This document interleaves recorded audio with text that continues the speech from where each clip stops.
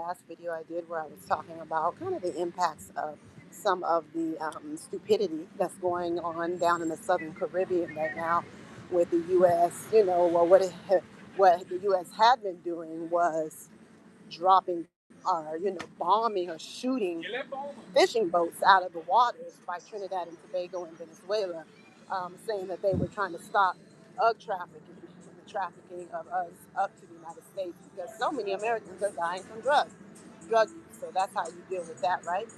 And they were claiming that these were international terrorists and that they have to be stopped by any means necessary. Okay, so nobody was really buying that because it's just ridiculous. And so the next thing over the last few weeks, those bombing of the boats has stopped. It has settled down. Yet the U.S. military has been amassing all of these ships and all of the Air Force and lots of Navy and Air Force down there by Trinidad and Tobago, staging and storing a lot of their stuff on the island of Trinidad. Okay, and just preparing as if they are getting ready to launch some kind of attack, maybe on the ground, even though it's doubtful because trying to launch an on the ground attack on a country as big as Venezuela with as many military personnel as Venezuela has, and guerrilla fighters would not work out for the U.S. So because of that, people think they're going to try to do some strikes, airstrikes, whatever, over land though. So you have all of this stress, all of this unnecessary stress, and nobody even knows why the U.S. is really even there, right? Outside the fact that it looks like they're trying to install a pro-America, um, this woman Machado into office. So they want to get Maduro out so they can put Machado in, right? But other than that, nobody's fully understanding.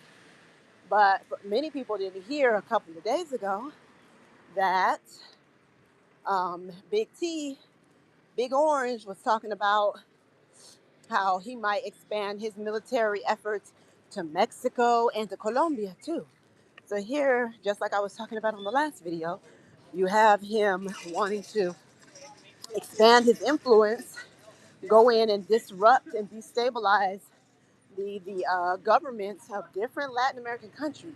Because just like we talked about on the last video, the new national security strategy that was published in November 2025 by the feds is saying that they see Latin America as a very, very particularly important strategic place, as it being the backyard of the United States, and that they can come down here, you know, move a lot of their sweatshops from overseas in Asia, bring them down to Latin America, and have Latin America be the big manufacturing hub for American exports and all of that.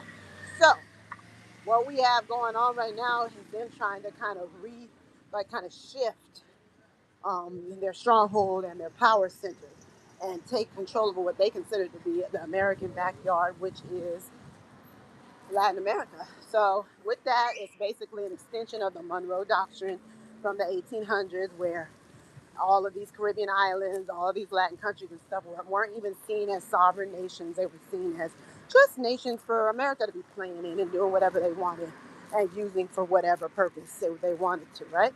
And so we have that coming back around, along with all of the weird white nationalism and insanity that Trump and his cronies have been promoting, all over the world, and all of this anti everything that's not white and wealthy, right? So we have all of that going on. And just the other day, the newest escalation, because for some reason they stopped actually dropping the bombs. It looks like they're just preparing. They are amassing a whole lot of military power and show right there in the South Caribbean by Trinidad. And then the other day, supposedly they commandeered a oil tanker, a tanker that was supposedly a ghost tanker that was not on the radar where they could see it out there in the ocean. But they took control over it. It's supposedly Venezuelan tanker. And I don't know, it might have been headed to Iraq, I think I heard. And, because of the sanctions and things that the U.S. has put upon Venezuela, countries really are deterred from trading with them, right? And so any kind of trade or anything that looks like it's some trade with Venezuela is actually seen as supposedly being an illegal situation, right? So America is using that as an excuse for their piracy, for with nothing having nothing to do with them taking over these boats supposedly, and then to top it all off, good old Big T said, "Hey, there was a lot of oil in there. It was the biggest tanker we've ever taken control over. We'll probably just go ahead and keep the oil." So that is just reinforcing in everyone's minds that the bombing of these boats out of the sea, these fishing boats that they've been bombing and trying to make it look like they were drug Africans, all of that stuff is really just an excuse for them to be down there trying to take over resources that don't belong to them, right? Um, and I think it's more than oil because, like we just talked about, he's also threatening Mexico. He's threatening Colombia. So today it was interesting because Brazil made a statement. So President Lula is a very, very controversial president here in Brazil. He's gone through a lot of different waves of presidency, a lot of drama.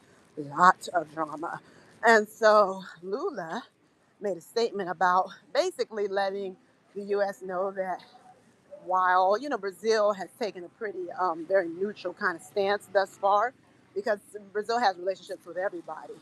Brazil is in relationships with any kind of BRICS nations, which BRICS, mainly China and Russia, are connected in this whole thing because supposedly they are supporting Venezuela.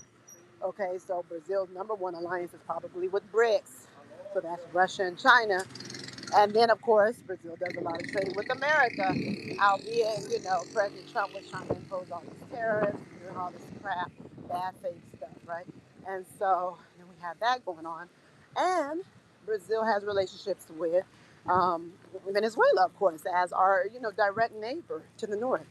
So, there's a lot going on. And again, supposedly also America doesn't want this like socialist takeover of Latin America supposedly. And so since Maduro and Lula kind of have similar kind of, I guess you would call socialist takes on governing and things like that, um, you can see that there probably is some camaraderie and friendship there, and supposedly there is. So you have all of this madness going on, and it just makes you wonder, like, is this region going to actually stay stable with Trump down here doing all this crap? And I'm watching very carefully because I understand that Brazil is positioned as the most powerful country in Latin America, one of the wealthiest countries in the world, and is a powerhouse, and it's a gigantic powerhouse. So it would be very, very difficult to try to come down here and do anything or dominate anything, because Brazil is just it's just huge, and it's a lot of jungle and bush. Most Brazilians live, like Brazil in general is a country that's mostly populates the coastline. So in terms of population, that's mostly a coastal thing. Not deep, there is not like you can't go deep in and there's people, but there's a lot of jungle here. This is the land of the Amazons. The bulk of the Amazons are in Brazil. So, Brazil's a complicated place. I do see them taking a neutral stance, but yeah, it makes you wonder for those who are, maybe looking to move abroad. They're trying to figure out what direction to go in with things, wondering if Latin America is still a safe space. Just know Trump has already threatened Mexico and Colombia, some of the big, big places a lot of people are coming to. And, Brazil is going to, at a point, if this thing continues to escalate, make a decision and probably take a side. Probably because we're just so close. We're so close to Venezuela, right? And so there's a lot going on. I mean, people really, really need to stay up on what's happening geopolitically. It's not like a normal everyday thing right now. There's a lot going on. It's affecting a lot of the people, a lot of islands, a lot of countries right now. You have Trinidad and Tobago is pulled into this mess, and unfortunately, their prime minister is hook, line, and sinker. She's siding with the U.S., letting the U.S. dominate and do whatever they want on the island to stage this stupid war. And then, you have other countries that are unfortunately, other islands, such as the U.S. Virgin Islands and Puerto Rico, who have no choice in the matter because they are colonies of the United States. And those are the islands that I've lived on the most. And so sadly, those islands are being used for staging as well. A lot of the aircraft and things are being stored there. There's a lot going on in the Caribbean. known as a place of peace, known as a place where you could get away from the drama of the U.S. very easily and come down and just be in paradise. And now, even the stability of that region because of this second attempt at instituting this Monroe Doctrine type of thought and take on Latin America and the Caribbean. Now even that paradise is at threat. So there's a lot going on, and I just say, if anyone who's looking to move, I would just be very, very intentional and make sure I'm paying attention to the direction things are leaning in. I would say in Brazil, like it would take a lot for me to leave here because it's just such a great, great, solid place to be. I don't know that I could see America trying to attack or do anything down here if Brazil got involved.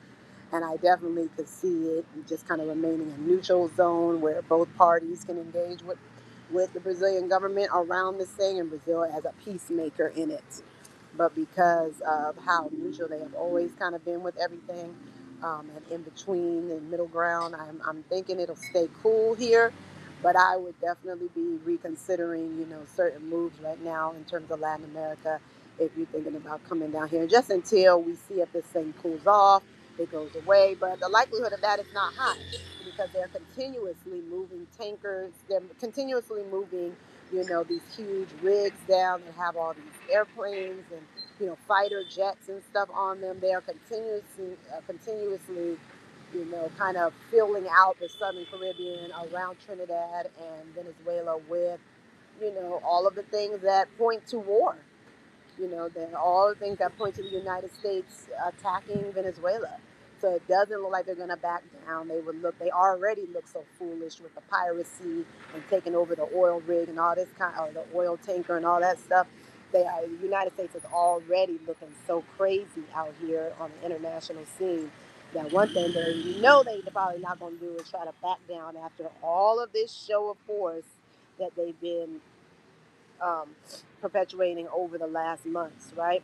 So we're gonna see what happens, y'all. But yeah, the U.S. is running amok. That government is a rogue government. They're basically fighting for their lives, trying to get control over things. Again, read that national security strategy if you get a chance, so you can get a 2025, so you can get a sense of what their plans are, because it lays out what the plans are not only for Latin America but for Europe, for Asia. They don't really mention Africa much in it. But so it's laying out and giving people an understanding of what the vision is that Trump and them are trying to fulfill. Because people just think it's like, no, they have very specific things they're trying to do. They're just not telling the American public, they're not telling the public. They have very specific things they're implementing, planning to implement. At the end of the day, we see how ruthless this administration is. So we have to think they're going to, by any means necessary, try to make their plan work out. And so it's important that we are educated about what that plan is, what it would look like in different regions and places as they are trying to implement this. And they can't do everything at once. But right now, a lot of the attention and focus is definitely on getting Latin America, squared away.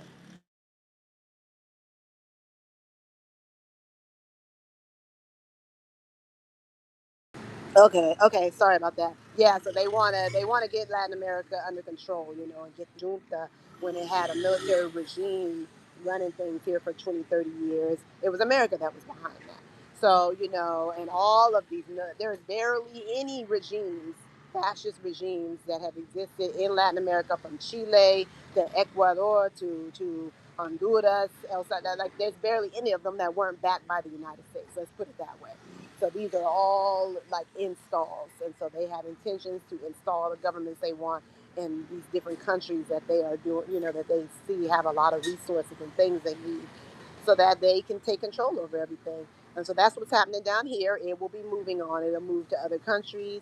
They're going to be showing face in Asia. They're going to be out. They said they're pulling out of Europe mostly. That they're not seeing Europe as useful as an ally anymore, because I mean, what countries in Europe really have power like that outside of Russia, right? So I think they're starting to think that Europe is kind of dead weight basically at this point. So they're talking about pulling out of Europe, focusing, not focusing domestically, though. You don't hear much about that. All of the issues that's happening domestically in America, you're not hearing them focus on that. They're worried about everything out here in the world and manifest destiny and trying to take control over more things all over the globe. But you aren't hearing much about, improving the dire situations and things that people are dealing with in America, which is really interesting because my understanding of the MAGA thing, and I wasn't deep in it because I don't live in the U.S., but my understanding was it was supposed to be like an American first thing. Like it was all about improving the lives and the quality of life of Americans. And that has just seemed to crash and burn to the point where the whole movement is falling apart. The whole thing is falling apart because it's like, what improvement? People are paying more and more just to live, just for basics. It's almost like they're trying to starve folks out. So, even though I'm not out there, I see enough to know that it is really hard in the U.S. right now for a lot of people.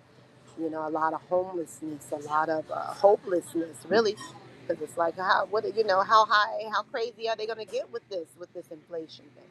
So, yeah, y'all, pay attention. Don't fall asleep and don't hide your head. Pay attention to what's going on right now because it is getting really spicy. I will continue to come on here and talk a little bit about what's happening in the Caribbean. I'm really sad about it because one, to think of, a country, for instance, an island nation like Trinidad that's known for just bringing joy to everything pretty much in terms of the music it puts out. And, like having been living in the Caribbean for like 10 years, like, Trinidad is a country that we all just love. Everybody got love for Trinidad. So it's just really hurtful to know that they might be caught up and even be a target if Venezuela and their alliance with China and Russia continues to get frustrated more and more with Trinidad because of their raggedy government, who's pulling them into this mess. Who the prime minister there, Kamala or whatever her name is, she don't have no backbone. She's just letting the U.S. run amok up in there. So it puts in Trinidad is so close, and they already have these troubled relationships over oil and resources and stuff with Venezuela, and now to see them as a potential target if this thing really starts to ramp up is just it's such a bummer. It's really sad. And just thinking about how many peoples and loved ones we have in the Caribbean throughout that are in the middle of just something so stupid, has nothing to do with Caribbean people, has nothing to do with nothing, has nothing to do with stopping trafficking. It is literally just some wild lawless stuff that's going on, and the people have no say so in it. Just no rights, no say so. So yeah, I've been pretty sad and bummed. I'm grateful to be here in Brazil with my family. I do feel like we have a pretty stable, safe space here. Things might pick up if the war does happen, if it really does crack off. Who knows? Because again, like I said, Brazil is going to have to take a side. And Brazil's main alliance is with BRICS, and BRICS seems to be showing a strong state of force around Venezuela right now. But we don't know. All of it is very tricky, very complicated, geopolitical, um, you know, moves can be very complex. So we really don't know, and I'm certainly no expert at all. So, but I do watch and I do pay attention, and I am keeping my eye out on this. So yeah, if y'all have anything to add, please drop it below. I know some really smart people come around my channel sometimes. So yeah, please add if you have any thoughts or considerations about this. Put a like on the video, y'all, please. I don't have to go now, but I want to go order my drink. Okay, so I can get myself down here to my organics grocery store and buy some things. So I'm gonna order. So here I am at my coffee shop here. So we do everything pretty much digitally or whatever. So I am going to put my order. Hola, bom dia. Tudo bem? I am ordering me. What am I having today, y'all? That I am going to have. Let's see. They got music. Nope. Let me hurry. Nope, we're not doing the music thing. I'm sorry. I am going to have me. I've already had matcha today, but I want something tasty. I think I am going to have a chai, y'all. Some chai tea. So yeah, hit me up down below if you have any questions or anything to add to. I'm still here. I just want to get this out the way right quick. Lord, child, I can never find anything on this menu. Yeah, it's looking real interesting, you guys. I don't know how things are going to go going forward, just given the amount of chaos the U.S. is engaging in around the world. You know, it's getting kind of stupid. All right, so we're gonna make it more hot and a little bit of honey. Mm. All right, I'll get back to it in a second. Yeah, yeah, yeah. Pie,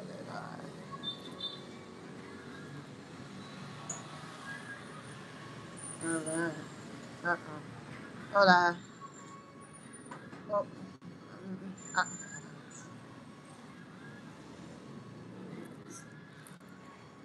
why is this thing upside down?